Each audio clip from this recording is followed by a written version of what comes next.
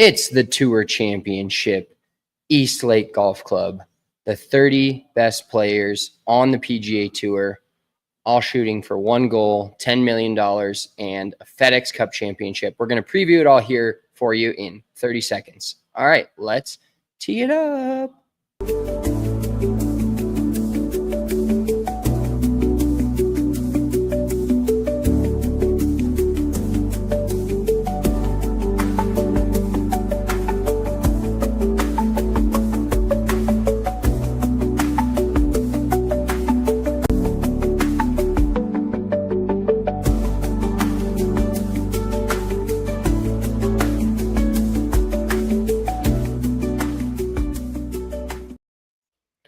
It is August 20th, and the Tour Championship is here. We've only got 30 players left in the field, and we're going to preview the entire Tour Championship at East Lake. Can anyone finally dethrone Scottie Scheffler? My hat. I look like Elmer Fudd today, dude. This hat is just fucking not good.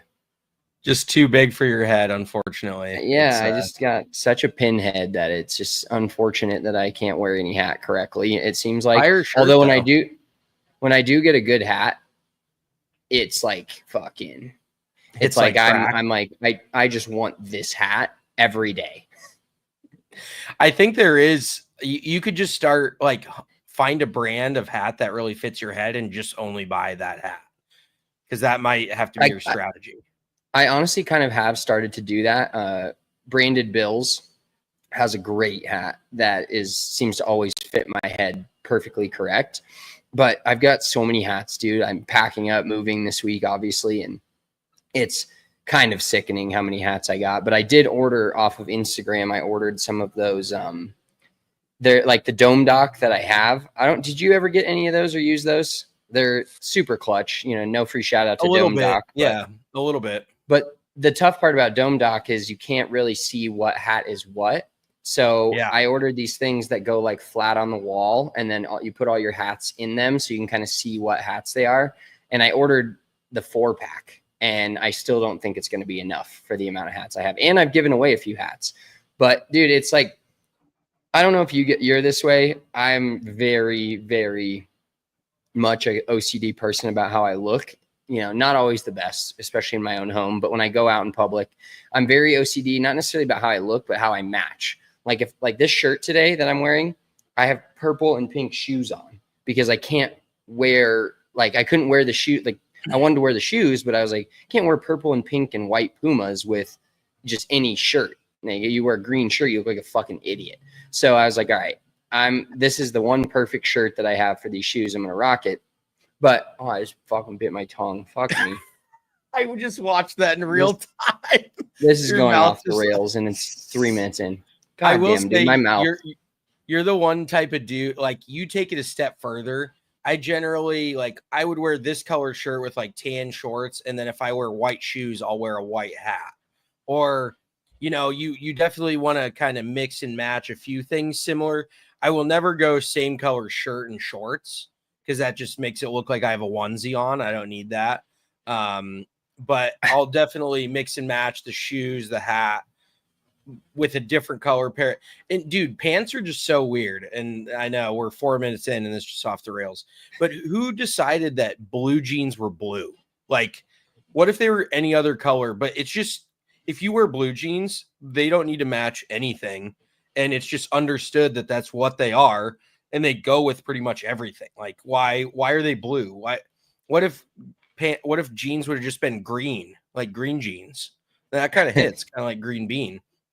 But what if they would have just been green? Like, would that be widely accepted as, you know, the color of jeans? So I just don't get why blue jeans are blue. But it probably sounds like I took an edible before this and just have fucking had the most random thoughts ever. It's just things that I think about on a daily basis. Like, if I wear are jeans like only blue? Like, are there black jeans, or are those just black pants? You know, what constitutes a jean? Is it denim? Is it the material? Denim, I think, is what constitutes it, because I definitely have a pair of black jeans. They are quite tight. So do I. On my and legs, I have but you wear some skinny ass jeans for sure. Hey, as long as they're stretchy, skinny is fine by me. You know, like as long as I can get down in a little squat, that's kind of because I have a few old pairs of jeans that I keep in my closet for mowing the lawn or doing, you know, physical labor, which I do a ton of, you know, my job and all this other stuff. Owning a house. I thought you were being sarcastic because you really don't do much physical labor. No, I was being completely sarcastic. Oh, okay. Okay. But I do keep an old pair of jeans. And when you have jeans that aren't stretchy, I'm so out. I do not know how people wear jeans that don't have the like stretch in them, or when you sit down, they kind of stretch out, or like when you sit down and your shit sends it up to like my fucking bottom of my jeans are like around my calf. I'm like, what are we doing here? This is not acceptable. Do you know what you need to do with your old jeans is cut them into jorts. That shit is electric. And if they're tight, then it's fine. It doesn't matter. But for you, like when I see you with a pair of jeans on and it's like tight around your ankle, it's like, it's an ick for me for sure. I can't watch you walk around because you usually wear like chunkier shoes. You usually like, you wear these thick shoes and then you got this tiny little ankle. I'm like, am I hanging out with my little sister right now? I don't know. It's just when the jeans are too tight, it throws me for a loop. Speaking of fashion, I kind of want to get into this before we hop into the Tour Championship, because I think this is an interesting convo that there's been so much discourse on Twitter about, on X, the everything app. And just in general, like there's so many golf burners now. People love posting like country club this, blah, blah, you know, all I kind of wish we were shit posters like that on Twitter and just evolved our account into something like that gets a bunch of likes and retweets and people. I want Twitter convo. That is when you get replies. I love replies. I like to fire back. We get a few good replies on TikTok occasionally, but Twitter and the everything app on X, it just doesn't feel like people are there. There's a few things that have hit, but overall, like I love when you tweet something and then you just get replied. I'm like, yeah, that's when it's time to go. You literally live for Twitter replies and love on social media. You are a social media hua, as the New Jersey people would say. She was a hua. But there's a lot of people now that just are on their soapbox about what logos you can wear, pro shop etiquette when you get invited to a high-end country club. Like, what can you buy? How crazy do you go? And just golf fashion discourse. Like there's a visor gang on Twitter, tour visors, and these guys think they're like the authority for golf merchandise.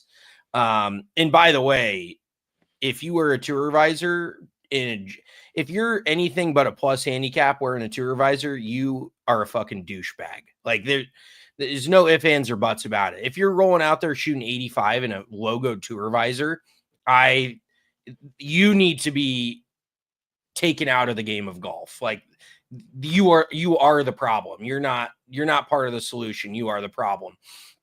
But so what do you think? Like I want to get into it a little bit a couple things. Jesus Christ. Couple things. What is the most you've ever spent in a pro shop? Because I've never gone like hog wild. You're more of a sicko like that. But then what do you feel is appropriate? Because then there was other things about, oh, well, you have to wear something from your home club. And also, like, if you play a course once, do you really want to be rolling around with everything of that logo? Like, I just, it's there is some grandstanding going on, but I think getting down to brass tacks, there's a few moves where I'm like, okay, buddy, chill out. You played Sleepy Hollow once and you have the driver head cover, the putter head cover, a fucking polo, a hat, a quarter zip, like too far. You've played there one time.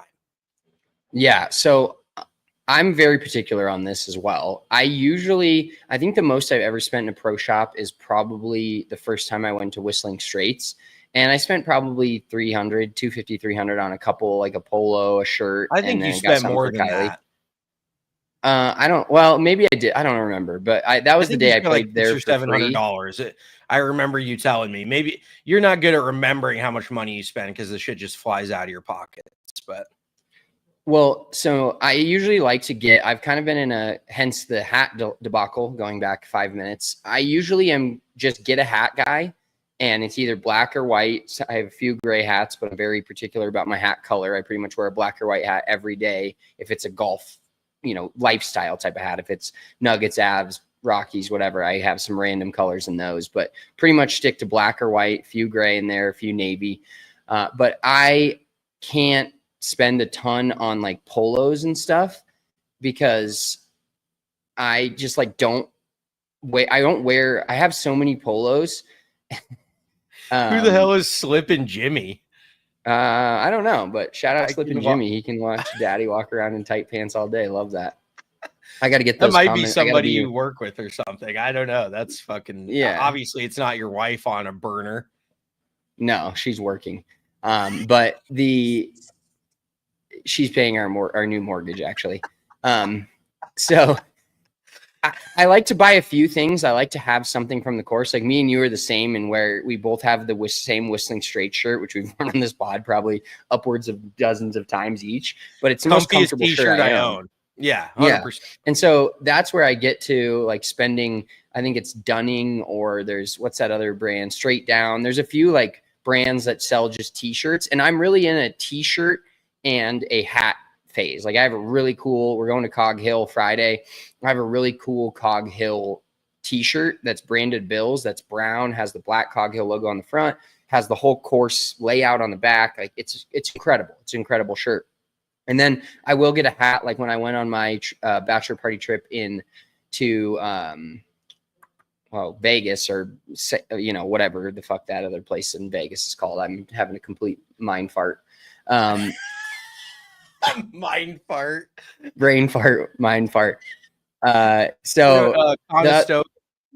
But what's it called? What's the Mesquite? When I went to Mesquite, like Sand Hollow, I got a hat from Sand Hollow. I got a sick hat from Wolf Creek.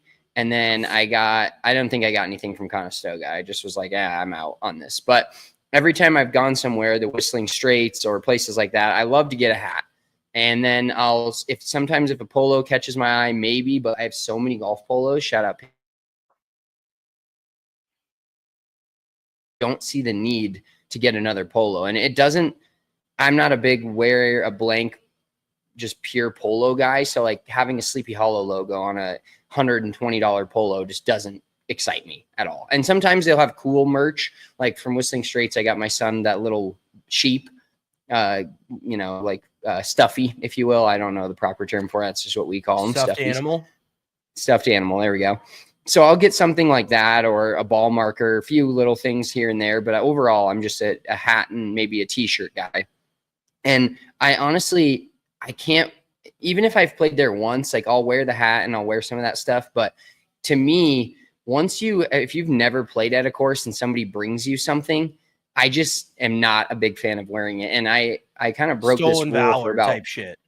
Yeah, I broke this rule for about 4 years because you were nice enough, or probably 10 years at this point. I don't remember how long ago it was that you played at St. Andrews, but you got me a hybrid head cover from St. Andrews that I've had on my bag I took it off the last year because I was like, this is stolen valor. I've never played St. Andrews. I don't want this fucking head cover on anymore.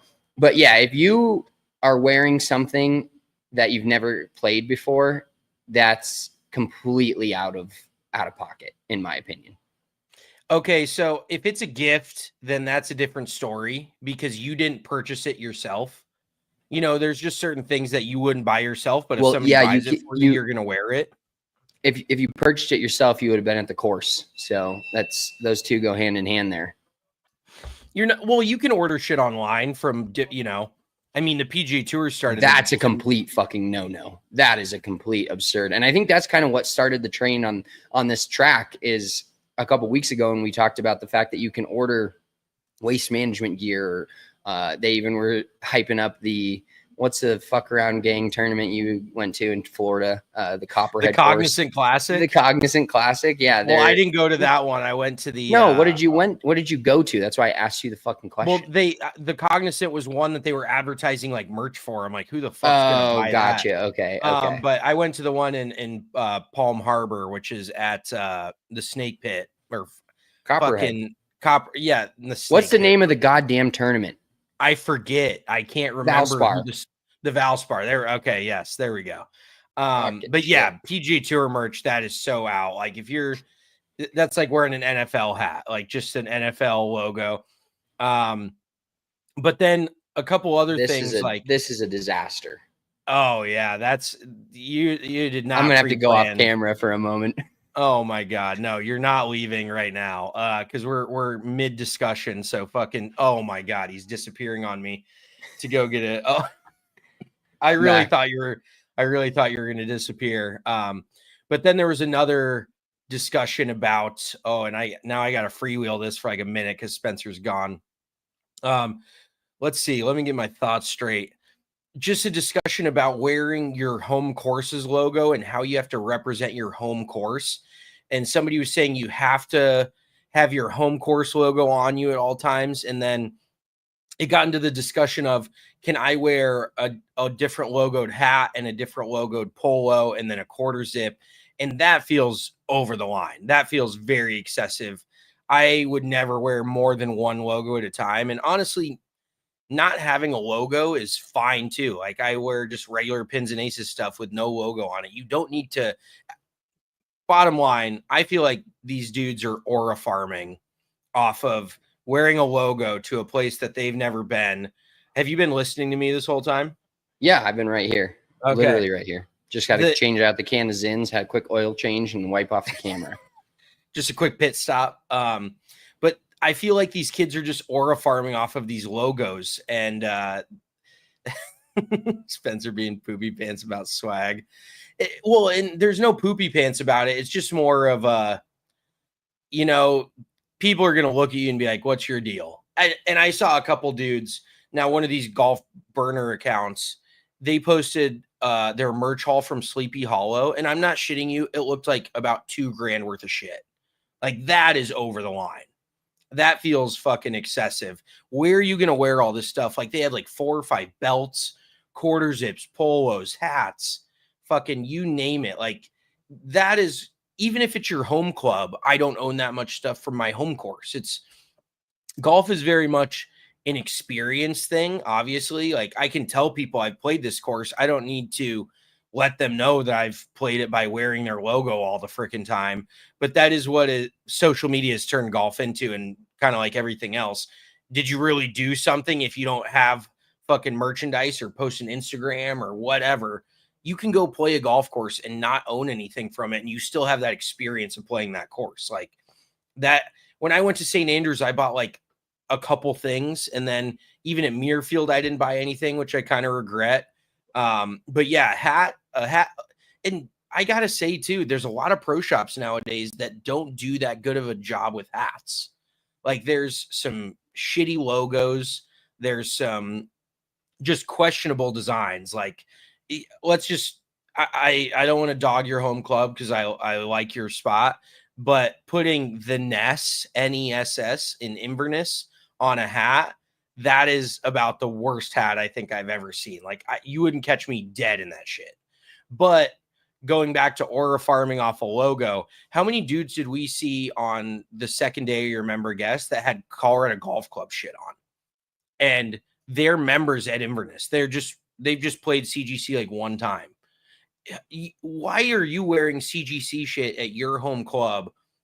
It just that is a douchebag move to me, especially because there's a dynamic there where obviously CGC is much higher end, more expensive, and it's close to your home club. So these guys are basically trying to big dick you in the form of a shirt. Like, oh, look, your polo's from here, mine's from Colorado Golf Club. Like, bottom line, nobody gives a fuck. And if you're shooting 85 and you care more about what you're wearing and your tour visor and all this shit than how good a golf you play, you're the issue. You are part of the problem. Yeah. And so I've got a couple caveats or just a couple branches off of what you just said.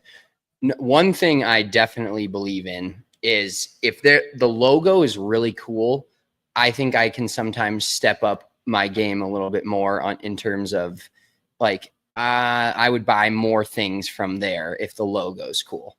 If the logo's not cool, then I could give a fuck less sometimes. I'm like, the logo, like, you know, like some people, and logos are in general, you know, subjective. Like some people, the Wind Dunes logo, some people love that little heron or bird or whatever it is. Some people, I'm like, it's whatever. But like the Colorado Golf Club logo is kind of verging on, is it really cool because it's like a flower over the tee? Like the rose logo of the course you work at is awesome. I think the Inverness logo is kind of cool, like the circle with the mountains in it. Like it's not over the top cool, but like if there's a course that you've played and the logo is awesome, like Wolf Creek, I got a Wolf Creek hat and it very much had like aces and cards on it. So it was my vibe, and also had the Wolf Creek logo, which isn't bad. But like Conestoga to me is like, it was you know, like the tower of an old, like a fort basically is what it looked like. And I was like, I don't really love the logo. This isn't a place where it's like, I need a hat from here. So I didn't get one. And Sand Hollow, their logo is kind of lame, but I just found a hat that actually fit my pinhead. So I was like, all right, cool. Sand Hollow, black Puma hat, fits my head. Good to go. And then I will say the biggest red flag for somebody buying logoed gear is if you buy a logoed golf bag from a place you don't play consistently and rock it, you are the biggest douchebag there is out there in terms of merch and golf. Like that is an unbelievable move. Like if you go to a place and like you win a member guest and you only play there once a year, or that's the first time you played there, and you use your shop credit for a bag of a course you don't play, I have no words for that. I would agree. To caveat off your caveat, I saw a shit post from this random Twitter account where they won a member guest, and part of them winning the member guest was they got golf bags with the club logo on it. And it was like a nice, you know, an OGO bag, or it was a classy looking, like leather, probably $400 golf bag. I think that's fair game. You know, because that's fair. I'll take that. If you win a member guest and they give you a bag because of it, then that's your story. I won the fucking member guest. I got the bag. Like, you know, what are people going to say to that? But yes, if you just get a random golf bag from a random club that you've played, that's where I feel like you can get away with wearing other logos, is if you have a bag from your home club that has your home club's logo on it and your name, or you don't even need your name because that's kind of douchey as well. But what are you saying? I think all my bags have my name on them. Well, you were a PGA pro, like you had staff bags. Like if you have your mom take it to her sewing machine and embroider your name on the bag, then that's a little bit of a hardo move. And I guess this is all kind of hardo shit at this point. But what I was going to say is all the best logos in my mind are all the old logos. And a lot of them, unfortunately, have to do with Native Americans, but those are the sickest looking logos. Like Seminole is dope. Shinnecock might be one of the best. Pasatiempo is really good. I mean, those classic all-time logos. Shinnecock, I would probably buy a fair amount of shit from, just because the logo is so sick. Or Seminole, but those are two I will die before I get on those golf courses. Those are two of the hardest golf courses in the world to get on. So I'm not even concerned about that. It's just a bummer that a lot of courses have tried to get outside of the box and have gone too far with their course logos. It's like, just do something classic, make it look, you know, all the old Irish and Scottish ones are great because they're all the old, like, what would you call them? Shields. They're all like old, you know. I just think those look really good. In that case, it's a purchase. But some of these golf courses have just gotten completely out of pocket with their logoing on shit. Yeah, it gets to a point where it's out of hand. But at the same time, if you're a merchandiser or you're selling merch at a golf course and you have a sick logo, like I would love to be a merchandiser for a place that's a destination where you know you're just going to sell a ton of stuff and you just get anything that looks cool, and every 25-year-old dude that walks in there on his bachelor party trip is buying $200-300 worth of merch. That's where it's electric. Like the whole old home club we worked at, the logo is pretty meh, you know, so we sold a few things, but we'd also buy a good amount of stuff without logos on it, because if you work at a course that's, you know, just a decent public golf course, there's a chance that, you know, you're going to have your 50 to 100 members that love your course and will wear anything with the logo on it. And I respect that as a golf professional. I respected when people would rock their Spring Valley stuff, but it wasn't like somebody was coming in there. The most polos we usually sold were because somebody wore a fucking tank top to the golf course and was like, hey, I need to buy a polo. That was where we sold our polos. Or, oh, it's too cold, I need outerwear. Here's some outerwear for you, buddy, because it's too cold. And that's where I've ended up buying a lot more stuff in the pro shops because of that reason. I think I have 5 or 6 pieces of outerwear from like Haymaker and random courses just because I showed up there and I was like, fuck, I don't have a jacket, and it's not ideal. Yeah, you're not the best at pre-planning. Speaking real quick before we move on and actually talk some real golf, speaking of shirts, I think I'm going to become like a bar shirt guy because I just love a good bar shirt. Like this shirt is phenomenal. This is the bar that we took you guys. You can't see it. It's Wharfside Patio Bar where we went. And I got to show you the back just for effect real quick because it's a great shirt in the back. Can you see it? Oh, yeah, that's a good one. That's a very much you shirt, I feel like. Yeah, very good shirt. Very well done. And I just love a good bar shirt. So I think I might start going in that direction. And it's kind of like a, where you've been type of thing. But in way less douchey fashion than like, oh, I played this country club or this country club. Like that's, so I played Matitaconk down in, which is a very nice golf course down in, like, I wouldn't call it South Jersey, but Central Jersey, whatever. And they call it the conch. And that shit, like, that's do they have a hat with the conch on it? Yes, they do. And that is, oh, you've got to buy that. That's incredible. That is once again a bridge too far for me. Like that. What does today suck? The conch. Yeah, the conch was like a bridge too far. I'm like, I cannot wear that hat that says conch on it. Because when you and I were little kids, we used to say, I'm going to conch out. Like I'm going to sleep. So I'm not going to wear a hat that says the sleep on it. Oh, that's amazing. The big sleep. do love the conch. Sounds electric though. Yeah, I mean, I passed. I'm just not the type of guy that needs to roll into a pro shop and drop a couple $100. Generally now, because golf is so expensive anyway, you're like, well, fuck. Like when we went to Kiawah Island, we're dropping, $250, $300 around. Then you go look at any polo, and a FootJoy polo is 150 beans, and you're like, this is highway robbery. And that, like, one time I bought a ball marker and a hat and like a key fob, like a key thing, just because it's cool. It's still on my keys. But that shit was like $80 for a hat and a ball marker and a fucking key, like a keychain thing. I'm like, this is absurd. It's gotten out of hand. It is funny because the more I spend on the golf at that point, I'm like, oh, I'm so pot committed to this day that I just spend more in the pro shop. You're like, why don't we turn this $350 day into a $700? Well, and then you get out on the course and you're buying drinks and you're like, God damn, this, like, I was actually just giving a guy a lesson yesterday that's heading down to Pinehurst for the weekend with his dad and his brother. And he broke his driver like yesterday. And he had to spend yeah, getting a lesson like the week before your golf trip probably isn't the best thing in the world. But I mean, it helped and he definitely improved. Was it his first lesson with you? Yes, first lesson with me. And he goes, I just want to do some small stuff. And I'm like, well, this is going to be a tear down and a rebuild. Like you need to fucking, you've got asbestos, dude. This is going to be a full fucking clean out. Yeah. This is some government issued shit. You're going to have to put a hazmat suit on to fucking get out of this one. So no, he had a pretty decent swing, but it was just, there were so many things where I'm like, brother, we could create so much more speed. He's like a ripped, like fireman athletic dude that was pretty, relatively flexible. And he was hitting driver like 200 yards. I'm like, brother, he's just coming straight over the top with a 20-degree open club face.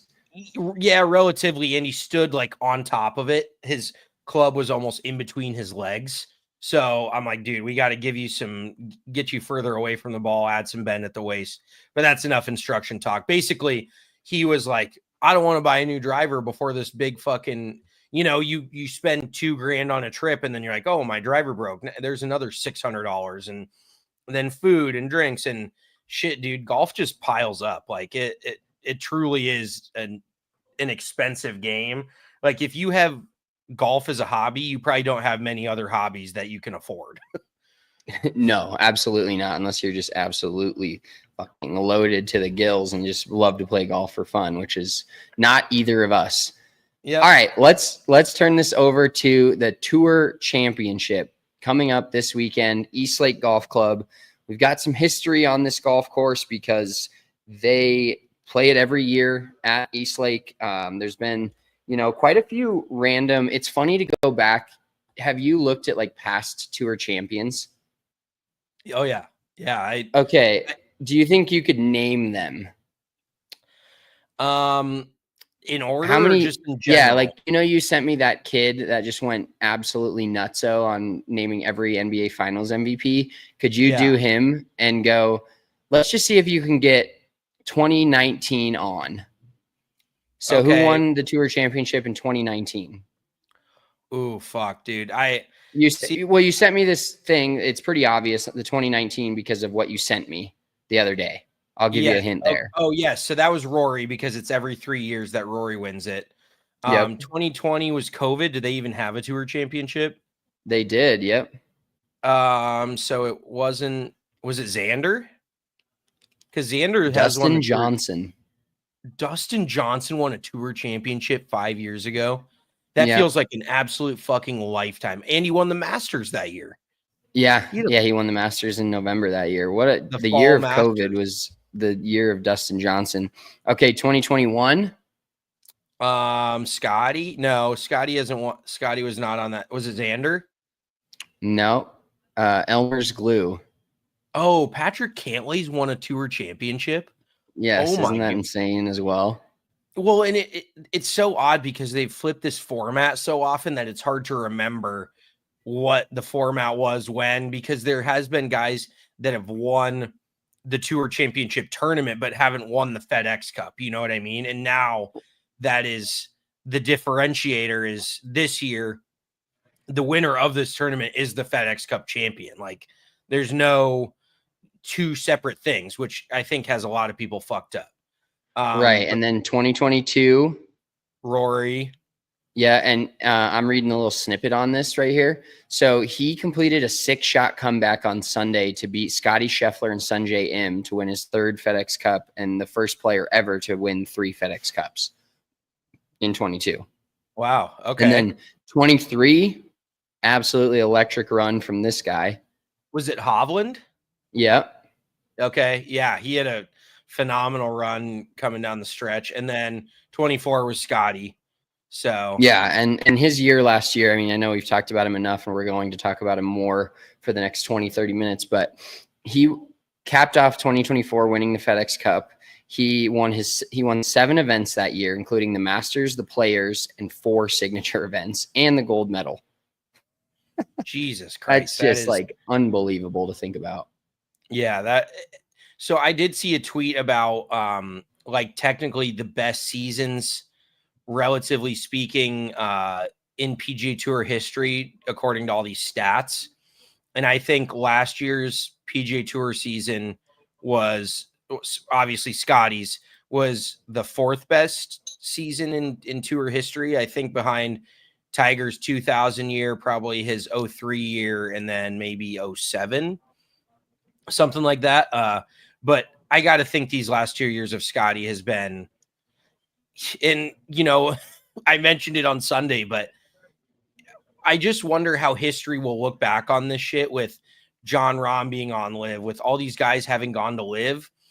As I just wonder if there's going to be any sort of asterisk next to how much winning he does. And I hope that they figure this out sooner than later. And now we've been talking about it, this framework fucking agreement for a year and a half, 2 years. But I just want Scottie. Obviously, you can only play against whoever's in the field, but I want all the players together, simply because if Scottie keeps this run up, then there's no questions.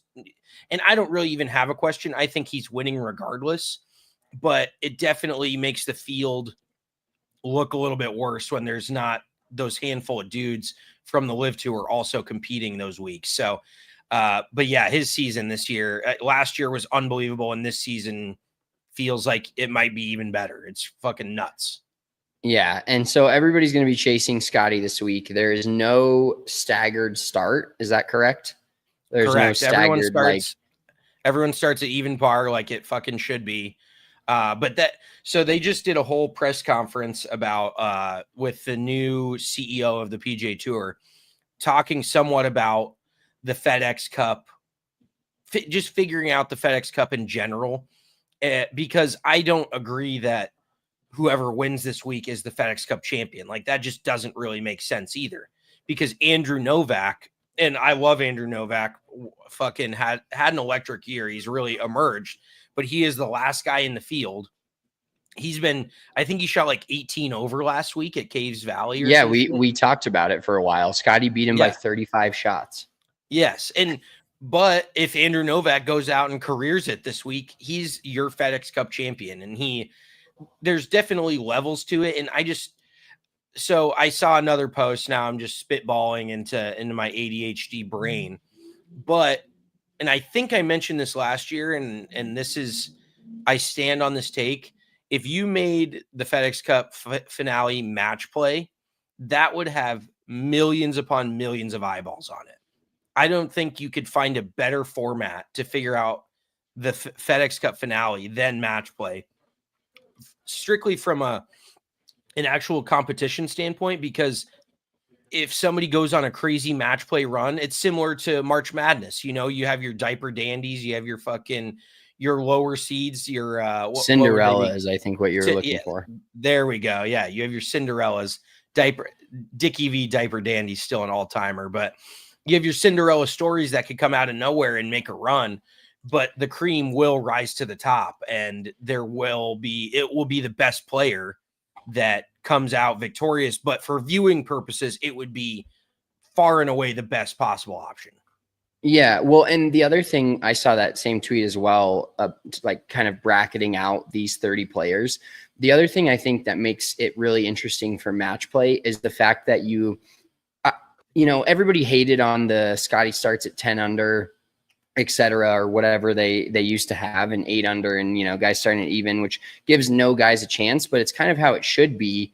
It's kind of how it should be in general, because like the guys that have played all year shouldn't be on the same level playing field for 1 week to win the FedEx Cup when Scottie's clearly got the most points. Like, there should be maybe a point system, but that's what I love about match play in general, is the fact that you can still give the guys that deserved it the top. If it was 30 players, it'd be 24 in the first round, and then there'd be 6 guys with buys. So then there's still a way to be in between of like, okay, those guys are getting an auto move on to the second round. They're still getting something for what they played for all year and rewarding their good play throughout the entire season. But then it comes down to truly just beating lower seeds, and that's how it would work out. Scottie gets a lower seeded guy, so he's not playing the toughest guys until maybe the end. And so that match play is the perfect way to encompass we're going to reward the players that played well all year, but we're still going to have a competitive tournament with a fun format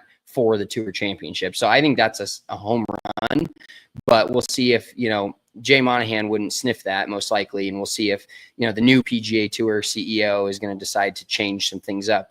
I do want to get into real quick. I just want to go through the 30 players. I had a comment on that real quick, just very quickly before you go there.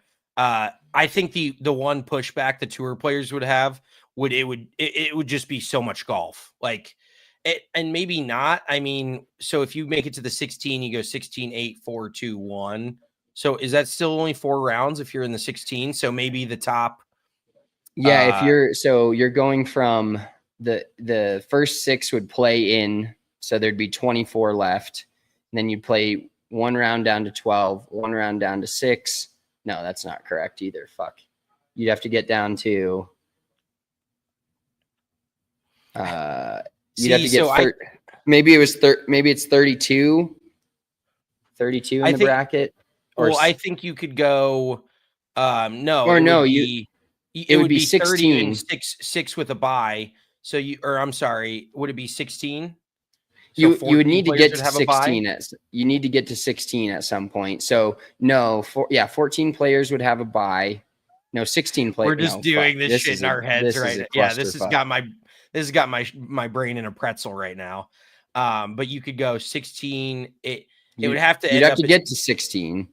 And then you'd go 16 to 8 is a round, to 4 is a round, to 2 is a round, and then the 2 play. So it'd be 4 rounds for all, if they won it or they played in the championship match, for all of the players that were not playing in that first elimination round. Yes, for sure. So it would probably end up being 5 or 6 rounds of golf. But I think for those dudes that are in that, 25 to 30 range, if you're whooping everyone's ass and you're on some sort of tear, you don't care. Like, all these dudes have played it in USAMs. They've played in all these events that, I mean, the USAM, I think those dudes are playing 7 rounds of golf in, 5 days. Like, if you make it all the way to the finals, you're playing that much golf. So I understand from a standpoint of like not wanting to play that much golf. Some of these dudes are in their 40s. Like, that's just a lot of fucking golf. But you got to think the PGA Tour would love it, because that's like nonstop action. Everyone loves match play, and it would be a full 4 days, 5, even maybe 5 days start to finish of just nonstop fucking action. Like, could you imagine the final match coming down to, like, head to head for 15, 20 million bucks? Like, that is huge. I'm getting hyped up just talking about the possibilities of this. It would be, I know, the cinema of it would be absolutely electric. Well, and the fact that match play has been stripped from the PGA Tour after these last years, they need to have some sort of match play, because it is truly, that is part of what makes the Ryder Cup so electric. If it was a stroke play situation, even with all this bad blood between Europe and the US, I don't think anyone would give a shit. But since it is match play head to head, like, it creates this different level of competition that I think all of golf fans would be in agreement that they would love to see. Exactly. Let's comment on Jeff's comment here and give your quick thought of those 6. Is that 6 or 7 players? 6 players. Those 6 players, which guy would you take to finish the highest? Because I have a guy for sure, and we'll get to our betting card at the end of this as well, which my guy's on it. But I have a guy. I think your guy's Russell Henley, and I would probably go in that same direction as well. Sam Burns has had a lot of really good finishes, just can't get over the hump. It would be pretty funny if he goes on to win the Tour Championship, because he choked it down at how many fucking events these last couple of years. But I don't see Burnsy getting it done either. I would have to go Spawn's Henley. My sleeper there. though. Yeah, Spaun is obviously he's got a hot hand. He's been playing really good golf, so I could see Spaun as well. But horses for courses, and this is one other comment. This kind of gets me into it as well. There's definitely guys that just play East Lake better than others, and Rory is one of those dudes. It seems like it's one of his favorite courses, but they actually touched on possibly moving the Tour Championship in the future to more of a rotating site as well. What are your thoughts on that? Because I think that would be cool to play the Tour Championship at some other, and you can't make it like a smaller, it's got to be a big championship venue. But I think it would be great to have it moved around. It's just, I hate tournaments that are at the same course every single year. It just gets a little old. I actually am going to fall on the other side of the coin on that. I do like when especially bigger events are at the same place every single year. Like, to me, the tour would be more fun in general if you moved around all of the, the Wells Fargos and the different events. Maybe some of the signature events keep the same. The US Open and the Open Championship moving around is great. PGA Championship, which no one cares about moving around, whatever.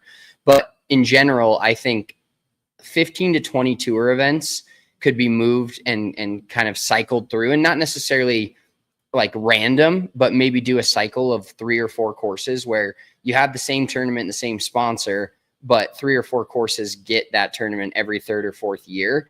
And then the big events, I like being at the same place because I like the consistency of them knowing, mostly for my betting purposes, I guess, which doesn't really matter. It's a crapshoot every week anyways, unless you bet Scottie all the time.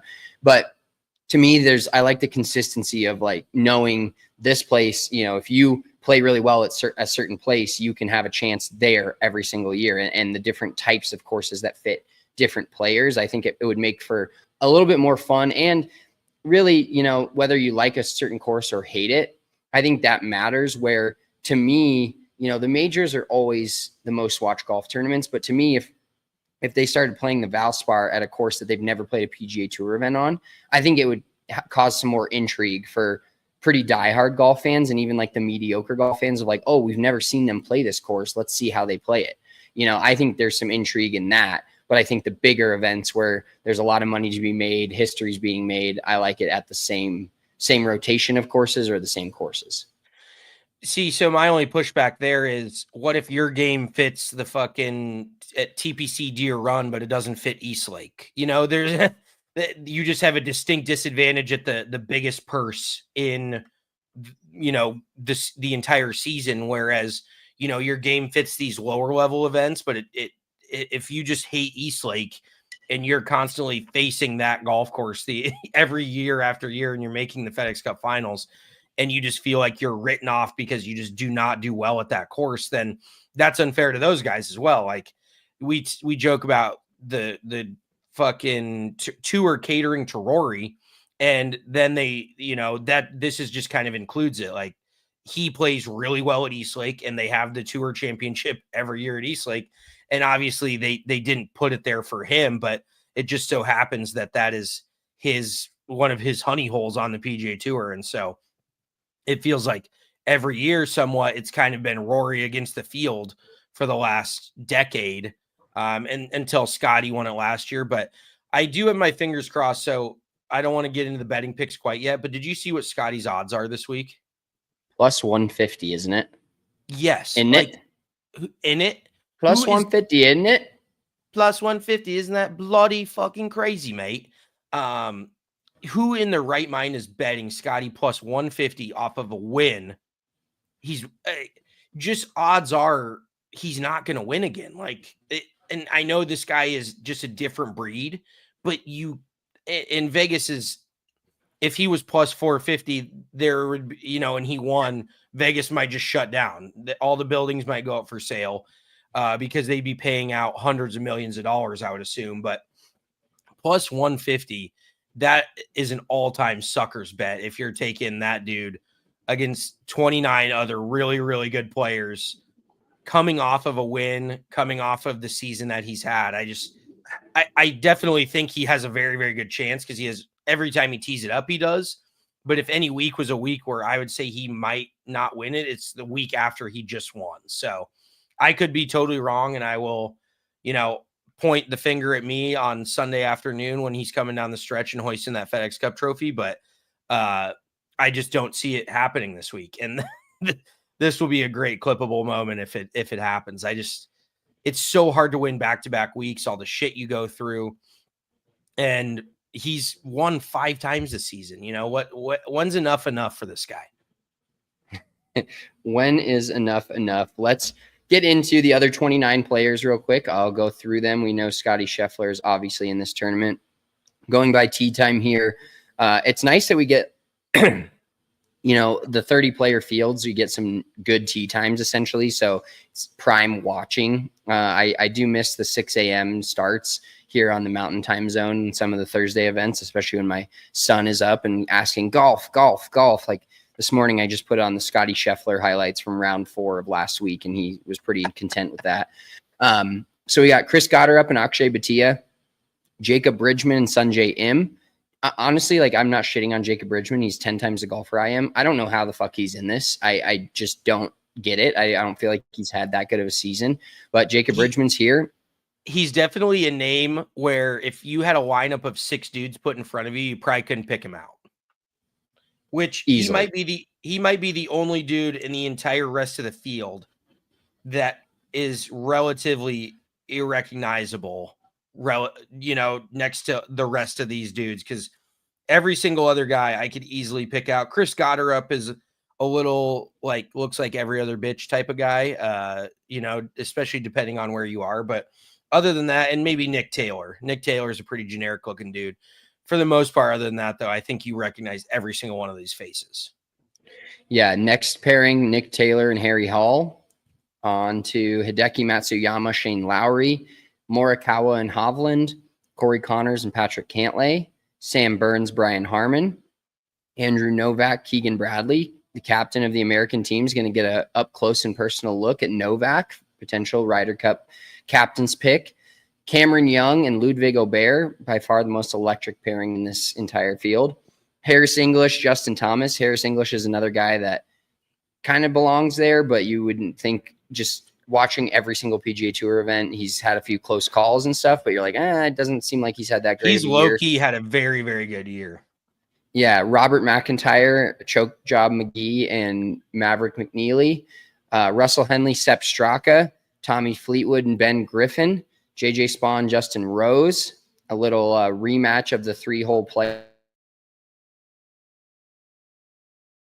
day, so you're not going to have back-to-back. Well, you may have some of the same pairings, but overall they repair every single day for this event. So I'm like, the Tour Championship to me it's fun because you get a lot of the actual golf shots. You're not missing a ton of golf shots. And let's be real here. Like I said, these players are all 100 times better than I will ever dream of being, but you don't have a ton of TV time for random dudes that are, firing mid 70s. Like, every single one of these guys is won tournaments. They've obviously earned being the top 30 on the PGA Tour this year. So it's a lot of good TV and it's a lot of good golf shots, and should be for like a lot of drama, I hope, coming into it, because honestly, we've talked about Scottie and some of the guys that have tried to overtake him the last couple of weeks, and he still manages to win. Robert McIntyre, the latest victim of Scottie Scheffler. A couple of weeks ago, it was Fleetwood. There's just a bunch of guys in this field that I feel like, if the light clicks on for them on Sunday, because Thursday, Friday, Saturday, these guys have all been fine. But Sunday, it just comes down to if they can, check their pulse, get the ice water in the veins a little bit, any other saying that you can go out there and talk about being under pressure and performing under pressure.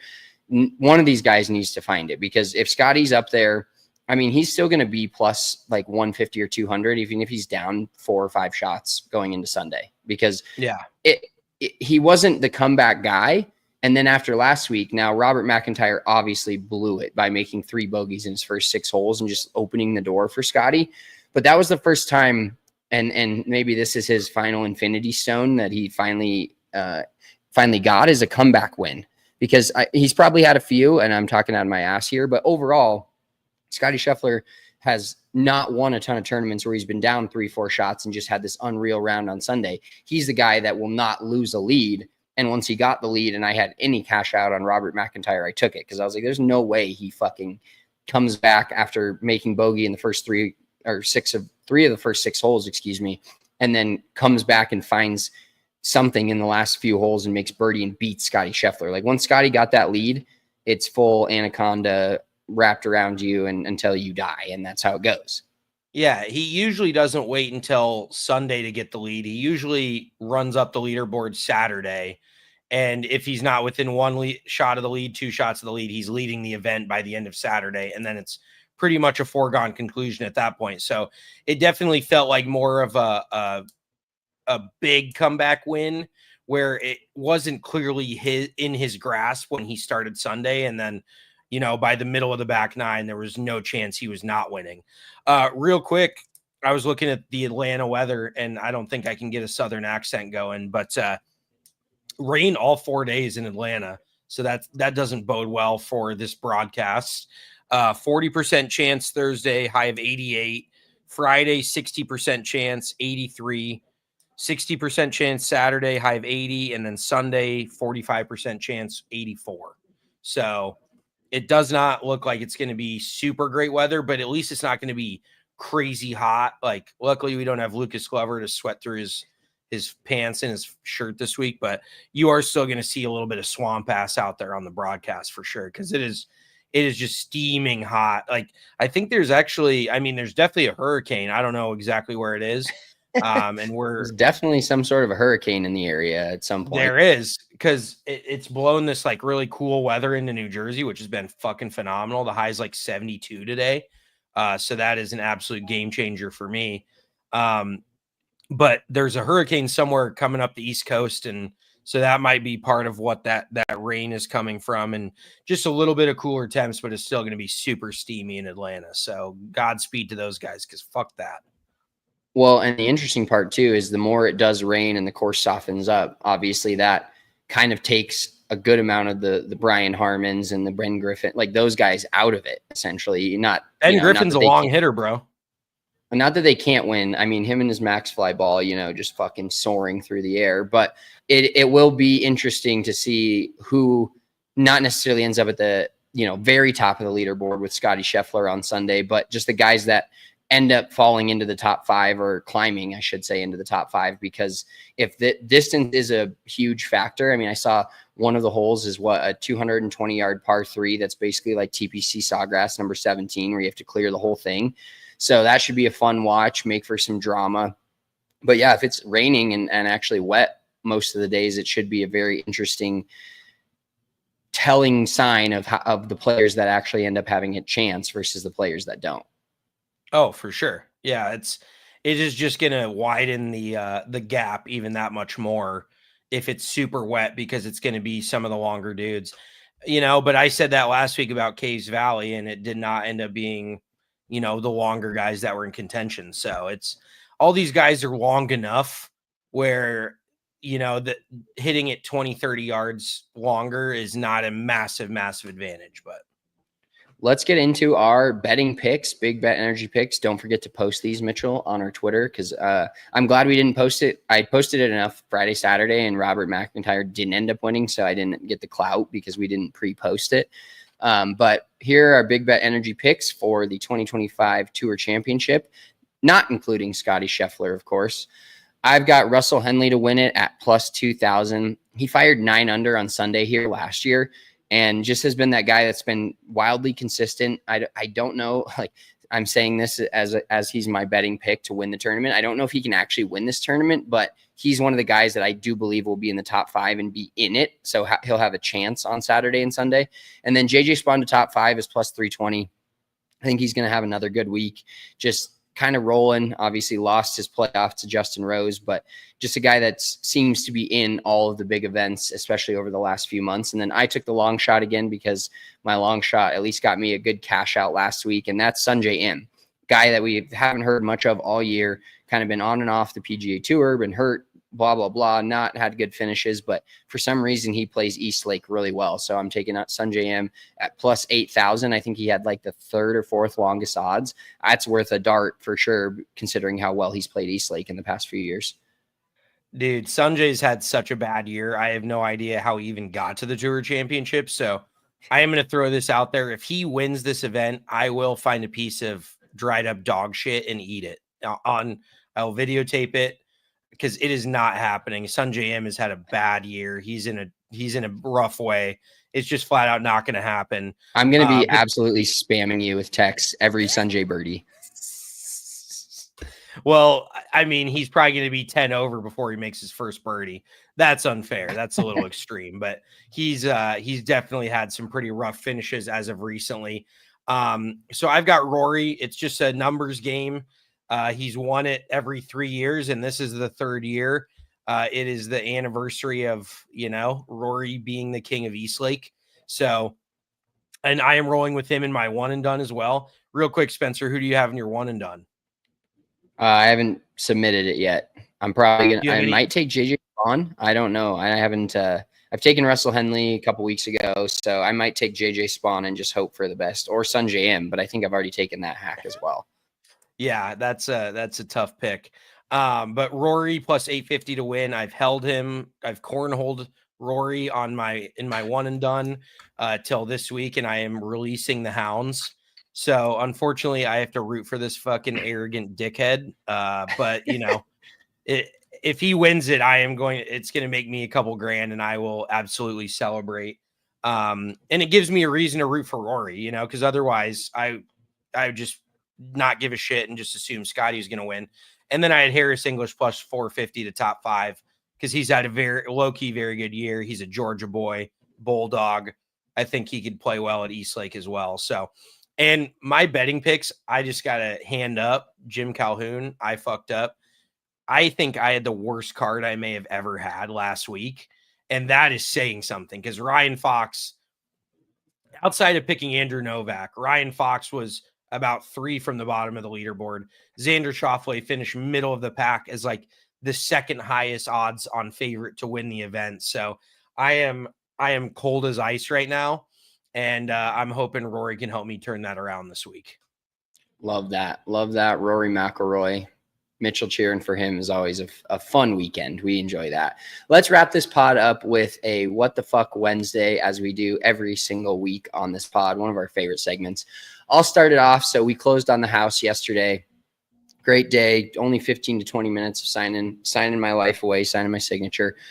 So we get to the house and we're just unloading some random, mostly Sawyer's toys and some random shit that's weird to move, like weed whackers and leaf blowers and shit like that. So we're just unloading some stuff in the house. We don't actually have the keys yet because the guy that owned the house before, big giant douchebag. He left him at the title company in Lakewood. So realtor had to go get him, blah, blah, blah, whatever. So we're getting to the house and we can't necessarily go in yet. And we're walking on the side and Kylie goes, "Oh, we need to take care of this wasp's nest down here and get some spray." I'm like, "Okay, cool. We'll take care of that. We have some time. Let's go to Ace Hardware." She goes back around the front and she's doing something, either taking a picture, and she's like grabbing at her ass. And I'm like, "Dude, do you have a wedgie? Like, what the fuck's going on?" A wasp got up into her pants and stung her on like the inner upper thigh. Oh, ow. Right after she said that we need to get rid of this wasp nest. So we drove straight, dude, and it's like swelling up. It's not good. And I was just like, what the fuck, dude? We haven't even moved in yet. We haven't even officially gotten the keys yet. And we have to start out with the fucking juju of this wasp just attacking my wife's inner thigh. And like, I've attacked that inner thigh a few times and I've never made a dent like this fucker did. Oh my God. I don't need to hear about that.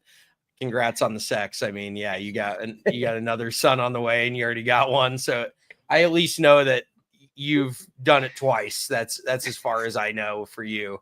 My WTF Wednesday, what the fuck, was actually on the golf course. We were playing on Monday and we had this group of 2 dudes behind us, like Staten Island Italian guys that just talked. You could hear them laughing 2 holes over. And I'm not shitting you when I say they did not stop talking the entire round. And they would pull up. They had the least amount of self-awareness of any people I've ever seen in my entire life. And that's saying something because nobody is self-aware anymore. They would pull up 3 feet from our cart while we're teeing off because they were a twosome, we were a foursome, and we had a group in front of us, so we were waiting on them. These dudes would pull up like they were in our group and just not stop talking the entire time. Talking about real estate, talking about the stock market, talking about this Your kind of guys. Well, relatively. I'm surprised you didn't hop in the cart with them and start chatting it up. No, they were the biggest douchebags. Like at one point, this dude's like, "You've never had the seafood tower from this fucking place? We need to go. My wife and I, we need to take you guys. It's the best seafood tower I've ever had." Like they're just gushing about fucking everything. Talk like nonstop. Talk. And there was a few times where, and this one dude laughed like a fucking hyena. Like he was cackling and you could hear it from across the trees on a different hole. And there was a few times where he would get us right in our backswing. You just hear him start popping off from across the property. It was the most out of pocket shit. And finally we were playing with one of Missy's friends, Amanda, and her friend, Greg, and Amanda popped off on these guys. Who was like, "You guys are so fucking loud. You keep hitting balls near us." They just had zero self-awareness. So talk, enjoy yourself on the course, but don't be those guys that just cannot realize where they're at, who else is hitting. They just were the absolute worst dudes. One of the guys I was playing with goes, "These dudes need like a sitcom. This feels like an episode out of a TV show." Just the shit that they were just nonstop talking about. It got so old. Oh my God. So it was funny. What was their reaction when Amanda popped off on them? They were like shocked. They were like, "Oh, I'm sorry." They did not think that they were doing anything wrong whatsoever. And they were playing a 2-man scramble. This is This is like their second time playing golf. It was just the two of them, and we saw them going up and dropping next to each other's balls. They were probably both shooting 140, and just the most, like, if you were to watch people play golf in a TV show that just were terrible and they were talking the whole time, like a business deal or whatever, this is exactly that. It was the craziest thing. I had never played around somebody that was that loud and that annoying on the golf course. Yeah, I'm sure that had you fucking stroking the club off every time at address. Oh, I was milking it for sure. Yeah. I was 100%. And one of those too, when you're expecting a noise, but it's not noisy yet, and you're just waiting for one of these dudes, like and then I got to say this as well. Greg was teeing one up, and there's a road that runs behind the tee box, but there's a bunch of trees in between. Like, you can't even really tell there's a road there. And there's a semi truck, gets him right in the middle of his backswing, fucking full horn. He tops it 3 feet, fucking like hurt his back because he jumped and like curled up at the same time. It was absolutely like, couldn't have timed it. And this dude could not see Greg. It was just on a whim, I'm going to fucking honk my horn to get some of the golfers. And it couldn't have been any more perfect. Right at the top of his backswing, he had like a fucking seizure because this dude got him right in the middle of it. It was so good. We were all pissing ourselves. It was hilarious. I couldn't even be mad because it was so good. That's one of the most innocent, funny things in the world, is just a honk right at the top of a backswing and having somebody just fucking jerk their club. Like, that is one of the funniest things. Like, it would piss me off if it happened to me in like a tournament. But if I was just playing a fun round on like the weekend with my boys and somebody just honked, like Inverness number 5 tee box is right by that road, I always like take the backswing waiting for somebody to just lay on one. So yeah, that is one of the most innocent, funny things that you can do, especially on a golf course. Oh, 100%. Like air horns. Yeah. I could watch air horn golf videos for hours. Well, just the sound of an air horn is so fucking funny on top of it. And then you get somebody that whiffs it or just duck hooks it like 30 feet in front of them. But if it was me, I'm not going to lie, I'm glad it was somebody else. Because if it was me, I would have teed that ball up and immediately tried to aim at the road. And like, somehow I want to hit this fucking truck's windshield because it would have set me off. But Greg was not like taking it super serious. So when he whiffed it, we all just died laughing. Like, it was so good. It was laugh out loud funny. Oh, I love that. All right. Well, that wraps it up for us on this Wednesday of Big Drive Energy. Make sure you're following us on all the socials at Big Drive Energy or Big Drive Energy Golf on Instagram. New reel dropped today. Go check that out. Give us a heart or whatever you do on the TikTok. Maybe we'll get some comments on that. Get some TikTok banter going on. But Big Drive Energy on Twitter as well. We'll be following along, obviously, the whole weekend with the Tour Championship. We'll be back Sunday, correct? I got to confirm the Wi-Fi at the new house, but it looks like the plan is to get it in Friday, so we should be good to go for a live show on Sunday as they come down the stretch. Hopefully someone can not only dethrone Scottie Scheffler, I don't mind if he wins it because he kind of deserves to win the Tour Championship this year, but at least some action, some drama on Sunday afternoon that we can talk about. We'll be back Sunday afternoon. Make sure to check our Twitter, check any of our socials for a time. We usually try to get it as the leaders hit about 15 or 16 and hope that there's not a 3-hole playoff where we're talking for 2 hours and my mouth hurts. But we'll be back Sunday afternoon. We appreciate you all tuning in to Big Drive Energy. See you on Sunday. Have a great rest of your week. Peace.